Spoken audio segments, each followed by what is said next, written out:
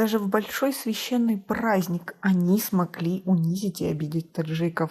Это возмутило многих. Подписывайтесь на обновления и точно будете в курсе всего самого важного. Во многих регионах России празднование Иди-Курбон прошло в условиях повышенных мер безопасности. За несколько дней до праздника наемники ЧВК «Вагнер» бросили беспрецедентный вызов власти Владимира Путина.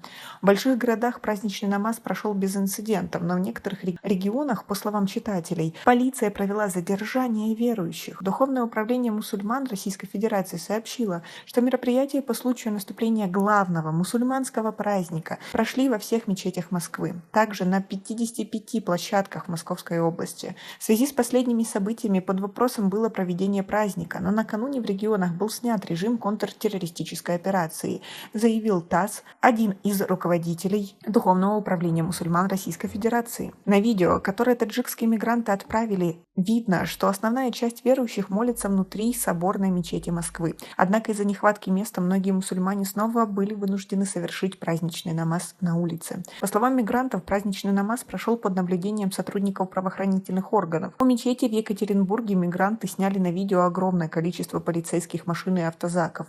Повышенные меры безопасности были предприняты и у одной из мечетей Санкт-Петербурга, но, как пишет автор видео, праздничный намаз прошел без проблем и полицейских проверок. Но некоторые сообщают, что на небольших площадках произошли стычки между мигрантами и полицейскими.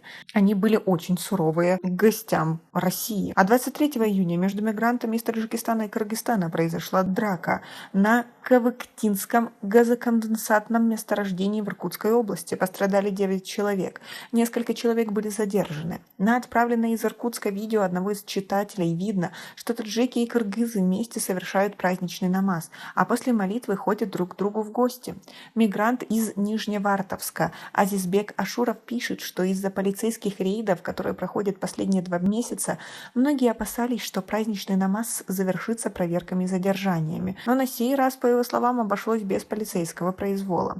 Но праздничный намаз таджикских мигрантов в Истринском районе Московской области был омрачен потасовкой с полицией. Один из мигрантов рассказал, что из-за того, что мечеть находится в другом районе, и из-за страха задержаний полиции они решили совершить намаз на стадионе. Вскоре туда пришли сотрудники полиции, которые попытались выгнать мигрантов с территории стадиона. Произошла потасовка, несколько мигрантов были задержаны. Группа таджикских мигрантов в Можайске также провела праздник в отделе полиции. Они были задержаны после намаза стражами порядка, которые остановили их машину для проверки документов. Иди-Курбон в России праздновали в то время, когда в стране уже 2 месяца продолжаются рейды против мигрантов. 24 июня в Москве, Московской и Воронежской областях был объявлен режим контртеррористической операции после того, как основатель ЧВК «Вагнер» Евгений Пригожин заявил о взятии под контроль военных объектов в Ростове-на-Дону и решении дойти до Москвы. Режим контртеррористической операции был отменен с 9 утра 26 июня.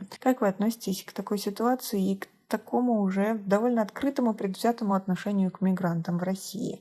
У нас пока на этом все. Оцените наше видео подпиской и лайком. До скорой встречи!